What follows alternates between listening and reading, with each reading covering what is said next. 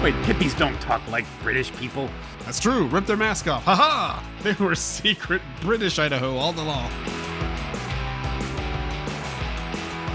This is Then You Ruined It, the podcast that will last until one of us makes it weird. Hope you have a short commute.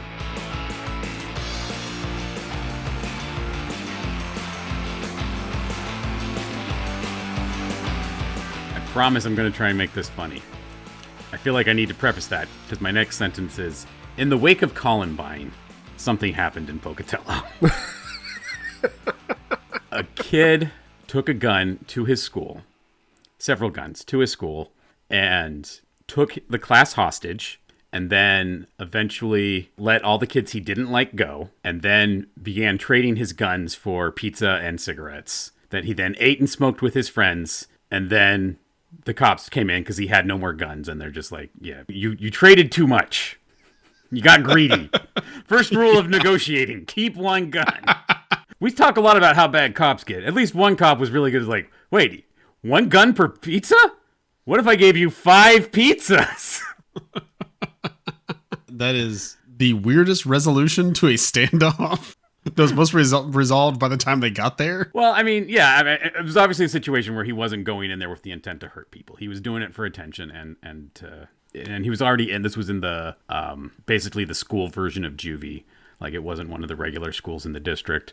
But as we were sitting, because it was going on live during school, we were all glued to the TV watching this. And at first we didn't know who it was. And then they finally released the name because we were so new into school shootings. We were still doing that before things were known. And we were all sitting around like, wait a second. I know that kid. That kid used to go to our school. And I was thinking like, oh yeah, I probably could have prevented this.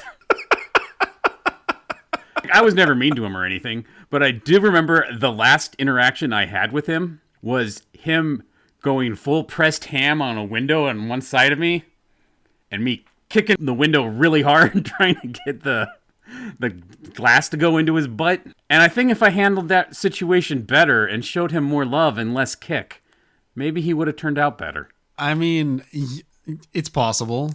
He sounds like one of those people that would, if he's seeking attention, bring a gun to school with the true intention of trading it for pizza and smokes with his friends. He feels like the kind of kid that probably has some other issues and is probably going to do something unlawful eventually. I don't think you're shaking up his hand. It's what sent him down the wrong path. Sounds like he was headed that direction regardless. I taught him that violence was the answer. I had a problem and I solved it with violence. And he had a problem that he didn't have pizza and he solved it with violence. Yeah, I mean, if you're poor, I guess I get why you'd say, I don't have any pizza. I want pizza. How do I get pizza? I know. Trade guns for pizza. Guns are currency, right? If your family doesn't have the, $10 to get a small pizza or whatever, then sure, I guess you can resort to guns, but that seems like that's where things diverge for me. It's just like splits off like, oh, that's where the bad decision went. Correct. That was the bad decision right there. So, I'm trying to think of an equivalent. I can't think of anything. I've never heard of that. I've never heard of a standoff like that. Because like you said, these days, a standoff like that would not end that way. It'd still be, it would not be a good ending for somebody in that scenario. There's been a couple recently where quick thinking, compassionate teachers did make a big difference. I don't know if you saw the one where the guy, he looked like a kid who probably got picked on a lot, and he had a gun, and like there was I think he was like a PE coach or someone there was just standing in front of him talking to him very calmly and like saying like, do you need a hug? Do you need a, and like brought him in for a hug, and then he put the gun down and the other teacher ran and grabbed it and ran away. So like there are still good people out there that are making good resolutions happen. Oh yeah, I'm sure. They don't make the big news because, No, they don't make the news, period. It's, that's not the sensational news. So why would we? There's no body cam footage to be shown. It's just teacher hugs student. Which, Gross. You hugged Mr. Johnson, nerd. Yeah. That guy's totally giving pedophile. That was last episode. Shut up. That doesn't mean anything. Last episode. No callbacks. Sorry. I just quantum leaped into some kid in that high school and had to scream down the hallway. It's a stupid phrase. You're stupid. Other things high schoolers say to each other. Yeah. And I also love the recognizing just what's going on inside? What's the situation? Well, he's decided to trade his guns. He's trading his guns? What's he trading them for? Is he giving up? Sort of. We don't know if he knows that he is, but yes. Yeah. What do you mean, sort of? Well, he's made a trade for food. What do you mean for food? What's pizza? Okay. Why didn't he pay for the pizza? He is, sir. With guns, sir. Anybody think to tell the principal that this is stupid? He's a stupid head? That's the level of intelligence we're dealing with here. Take my guns to school and I'm going to trade them for pizza. You can't make me learn. Yeah. That boy's a go-getter. He figures out solutions to problems that other people don't think about. Because the solution to the problem is just get money and get pizza. Guns never have to enter the equation. For most of us. never do I think, man, I could use a snack. Gotta get my Glock. It's not going to help this situation resolve itself. So yeah, I can't appreciate the solution in that one. Yeah, it's kind of one of those. This has happened once. Every once in a while, you see something happen, you're like, that's never happened on this planet before. I'm glad I could be a part of this. That is true. Yeah, that's one you can finally check off the very, very long list. It's like, look at this list of things. It's like, I mean, is this somebody's bucket list? What the hell is this? That's a pretty crappy bucket list. I don't know, but ended a standoff in a high school setting. Traded guns for pizza. When the hell would that happen? That's just like a Mad Libs that went wrong. Like, no, look. You're on Earth 626. Look. One incident. Oh, okay. In every other universe, that Steve kid kicked him better. And he spent too long getting glass out of his butt, and he learned a better lesson. Exactly, yeah. You shattered the glass, and he was forever changed. He was a much more docile child. He never went to juvie. He actually got great grades. That boy's name? Steve Jobs. I would love that to. I know the ages don't line up, but give me this, damn it. I couldn't bother to come up with somebody that would actually be that age that could have been affected. Mark Zuckerberg, how about that? I kicked Mark Zuckerberg in the butt. I would kick him in the butt if I had the chance. Oh, man. The most recent picture of him, man, he looks like somebody that needs a good wedgie. And I understand he was probably that kid in school, but man, give that giant hair a swirly. And take his chain off and say, no, we're not doing this anymore. Did you ever swirly anyone or get swirlied?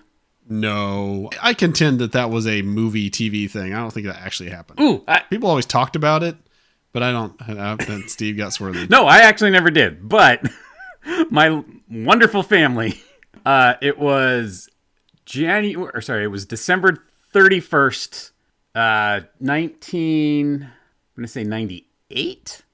We were at my grandma's house and we were counting the ball down, and right after midnight, we're all still up in the like, hey, part of thing. My brother comes upstairs, head dripping, because my sister and cousin had used his head as the ball into the toilet to give him a swirly right at New Year's. So that's how we celebrate. I'm half expecting, and then we were like, man, do we have any more food at this party? I could really go for some pizza. Then 5 of my family members pulled out revolvers, and I said, what the hell's going on? No, it's okay. We can trade these for pizzas. Yeah, that's what we're doing. That's what we do on this earth now. I can't believe guns replaced dollars for thing you trade for pizza. Just pizza. All other parts of the economy remain the same, but pizza can only be acquired by trading guns. It's a canon event. It would make way more sense of why there's so many guns in America right now. At one time, we traded them for pizza. And now we just have all these guns left over, so people just start shooting them at each other. Like, well, I don't know what else to do with this. Put the ball in the toilet. Happened to be his head. Again, that's got bored in the middle of nowhere. kind of event. I've been part of many of those, or I've at least witnessed those. But man, did you have way more than growing up in that area? There was just really nothing going There were on. lots of things going on. And like, I feel like you were in a zeitgeist-free bubble too. So like all the cool things would just bounce off of Idaho. Nothing cool ever came to you, so you had to give swirlies on New Year's Eve. Shut your mouth. We had Pogs. Pogs were amazing for 1 year. And they stayed around in Idaho for about 3 more. I was going to say, yeah, how long did they stay around, and also when did they come? Because they probably came like 10 years after everybody else. Let's see. Pogs would have been 6th grade, so 92? 92, 93, somewhere in that range. I don't know what the range was. Oh, then don't be all judgy. I was hoping, you're right, that was probably the range. So You were hoping I'd say 2007. I was going to say, I have no idea. I have to go back. I'm like, okay, when did I graduate high school? Okay, 2000. Okay, so when would that have been? I have to work my way back, so it would have actually been later than that. Maybe 94, 95. It doesn't matter. They were Pogs. They were, I'd say, stupid, but there's so many stupid things that become popular now that, are gone the next week. So I don't remember ever actually playing the game and it making sense. I remember playing and being like, this can't possibly be how this is played.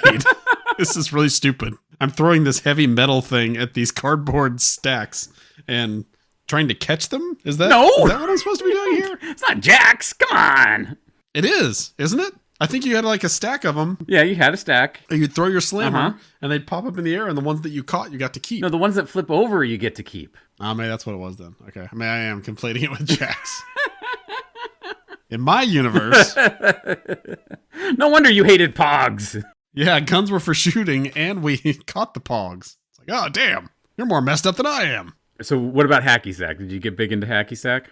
Oh, no, I'm not coordinated for hacky sack. No, I would see people doing that and just like, I mean, sure, looks like you're having fun and you're keeping busy. Enjoy. Dirty hippie. So hacky sack was the thing. We friggin' lived and died for hacky sack. I don't know if this was just my group of friends or if this was like an Idaho variation, but we would play regular hacky sack sometimes and just kick it around. But every once in a while, we're like, let's play shotgun.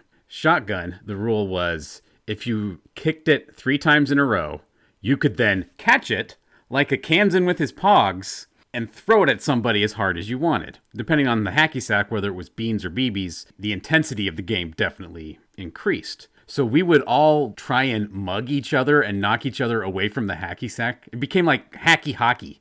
Or hockey sack. Hockey sack. Yeah, that's what it was. And we're like pushing people out of the way or like kicking their legs really hard so that we would touch the hacky sack or that they couldn't touch the hacky sack. Or if you were the last one to hit it and it dropped, someone else could pick it up and throw it at you. So those were the very fun rules that we did to take this nice, peaceful game of the hippies and turn it in a way to hurt each other. I mean, that tracks with all the things you've said about your friends growing up. That absolutely sounds like, yeah. Co-op something that somebody's doing for just the pure fun of it. Like it's just, like you said, chill. You want to jump in here and do hacky sack with us? Yeah, man, come on. And you would jump in and catch it and throw it at somebody's face. Why have you done that? What have you done to the hacky sack? Be gone, you ruffian. Wait, hippies don't talk like British people. That's true. Rip their mask off. Ha ha! They were secret British Idaho all along.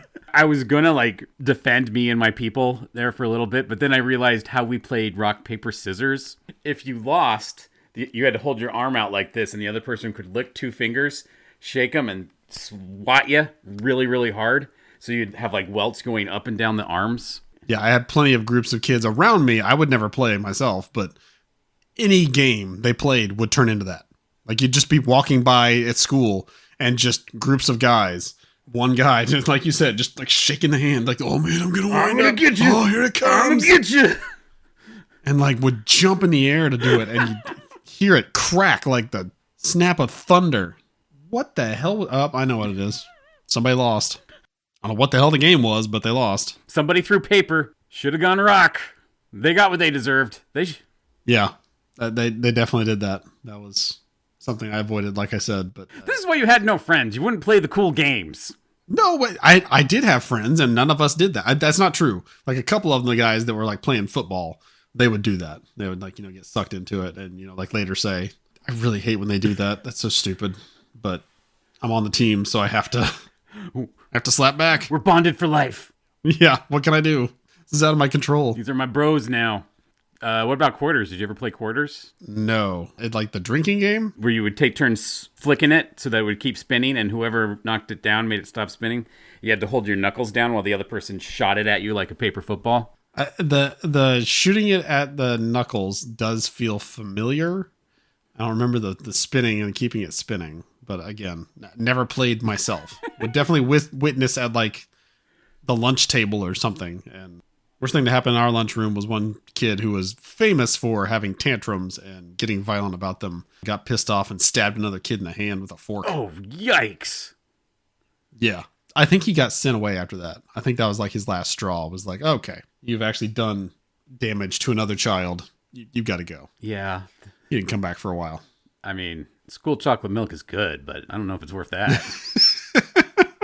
Oh, if I could take my body back to that time just for school chocolate milk, man, just living, just getting home, squirting half a bottle of Nesquik or whatever into a cup and then adding some milk, mixing it up.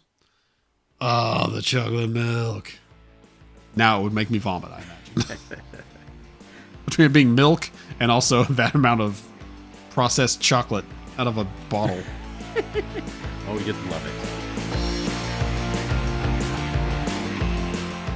Thank you for joining us for another episode of Then You Ruined It. If you enjoy our flavor of nonsense, please like and subscribe wherever you found us. And please share with your friends and cooler family members.